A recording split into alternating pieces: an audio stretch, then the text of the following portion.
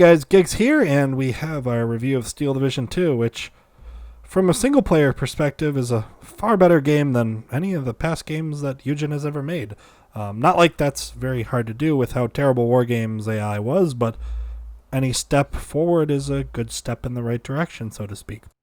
In the background, we have the new Army General mode, which is your single-player campaign, which currently there are 4 of them, with more coming. And it's fun, it's enjoyable. It would be nice if it didn't crash like every half hour to 45 minutes. That would be excellent. And it would also be nice if you had like an opening campaign, which was like a tutorial or something, which explained to you how everything works. But that doesn't seem like that's even being considered right now because, man, that just tells people to RTFM or read the fucking manual. And unfortunately, when you're making such a complex game like Steel Division or any Eugen RTS title, that really doesn't fly anymore, and you have to have something a little more substantial than read the manual noob or Google search noob, because this isn't your company of heroes. This is a much more complex game. The historical battles were pretty fun. I enjoyed those pretty good. I mean, I don't know the complete historical background because I didn't read much about the Eastern Front. I read more about the naval wars in the Second World War, but it's interesting. It's fun, and I mean, the single player in this game is pretty much the highlight of the game. It's enjoyable to play, and there's a lot of replayability. So if it's on a Steam sale and you love single player RTS games from World War II, this would probably be something you want to pick up. Now, unfortunately, I can't say the same for the multiplayer side of this game, because by the time this game goes on sale for a Steam sale, there probably won't be much of a multiplayer community left.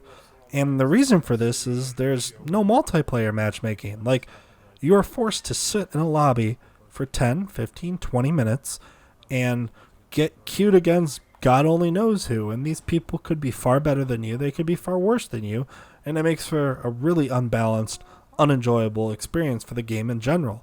And that's not even talking about any of the balance issues, the bugs, or any of the other issues that are all over the place in this game. When you don't have any matchmaking in a game like this, it's just going to end up with people getting pub stomped left and right, and no one's going to want to play this game except for a select minority of players. And you might be just like, oh, join a Discord and learn, get good, noob. Well, that only works for so long. Most people don't have the time to dedicate for hours on end playing this game over and over in a Discord with a small minority of other players who take this game very seriously. Most people just want to hop in and play a few games with their friends, and unfortunately this game isn't that. You're not going to be able to just hop in with your buddies and be competent against people who've been playing this game for a couple of weeks, because they're going to walk all over you. A lot of that just has to do with historically how Eugen games have been. There's lots of hidden stats, there's a lot of mechanics, and we come back to again where a tutorial would be very important for the multiplayer and how things work, and explaining how the suppression system works, how the morale system works, how to move units, how to deploy units, and everything. I mean, like, you can tell them to read the manual, but like, that only gets so far. A lot of people learn by doing. Like, you probably should be forced to play at least 2 to 3 games against the AI before you are even able to queue for any type of multiplayer game. But that would be assuming that you actually have a matchmaking system in place and everyone just doesn't skirt that and make lopsided lobbies on their own. I mean, the lobby system and the lack of matchmaking is the core issue with Steel Division 2.